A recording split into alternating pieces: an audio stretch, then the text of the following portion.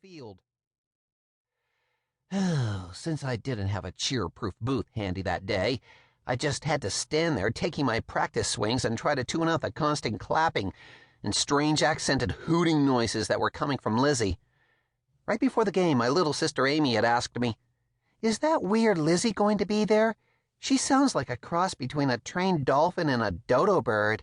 It gives me a headache." Looking up into the stands as Lizzie's cheers reached their maximum level, I saw Amy holding her hands up near her face.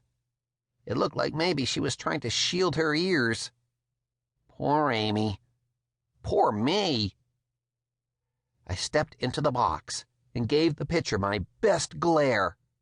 Unfortunately, because I have gigantic glasses and my mom makes me wear a special helmet with a mouth guard, he probably couldn't see my face at all. But he was glaring at me too, and I could certainly see his face better than I wanted to. The kid was huge. I mean, seriously huge. And tough. And old-looking. I knew he had to be my age, but if I'd seen him driving a motorcycle to the game, I wouldn't have been very surprised. Plus, he'd already gotten a warning for hitting 2 of my teammates with fastballs. I gulped and got into my stance. Now, I've spent hours and hours practicing my stance in the mirror, and I think it looks cool, but Amy says it makes me look like a praying mantis with arthritis. Doesn't that girl have a great vocabulary? Anyway, as the pitcher wound up, I did my best to stay calm and focused. When he let the ball fly, though, all I could focus on was the fact that the ball was streaking toward my head at about 80 miles per hour. I just barely had time to hit the dirt as the ball whistled by, about an inch above the top of my helmet. The catcher couldn't get his hands on the ball and went all the way to the backstop.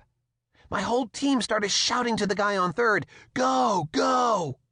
This was a perfect opportunity.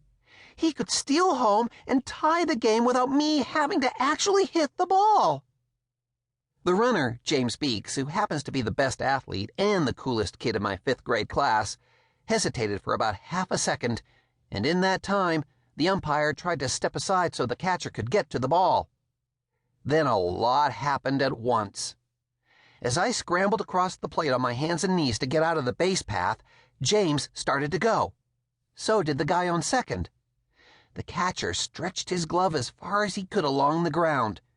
But just as the glove closed around the ball, the umpire accidentally stepped on it.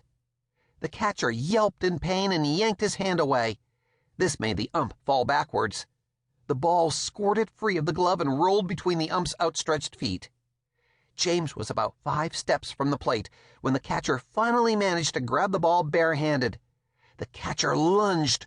He slapped the ball against the side of James's leg just as James's foot touched the corner of the plate, and as every little leaguer knows, a tie goes to the runner. My whole team started jumping up and down, cheering and pounding each other on the back. It was a nice little moment for us. Then the ump got up and called a meeting with the other umpire and both coaches.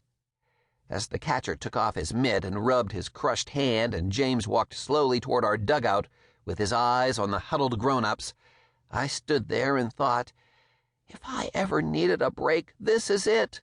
Please, please let the run count. I just need some help here. I guess there's a reason my nickname isn't Lucky, because the umpires ruled that the entire play after the ball hit the backstop didn't count. James started trudging back to third as our coach tried to calm the whole bench down. As I got back in the batter's box, James slapped me on the back and said, "All right, Wimpy, just bring me home." That's another reason I can't be called Lucky, because everyone on the team already calls me Wimpy. The only guy who used to call me Willie was my best friend, Tim, and he moved to another state right at the start of the season. So now I was Wimpy 100% of the time in the dugout, unless a coach was talking to me. And even the coaches sometimes almost slipped and used the nickname. Plus, even if the coaches weren't saying it, they were probably thinking it. Back to the game. The count was 1 ball, no strikes. All I needed were 3 more terrifying pitches at my body and I'd get the walk. Then I could relax.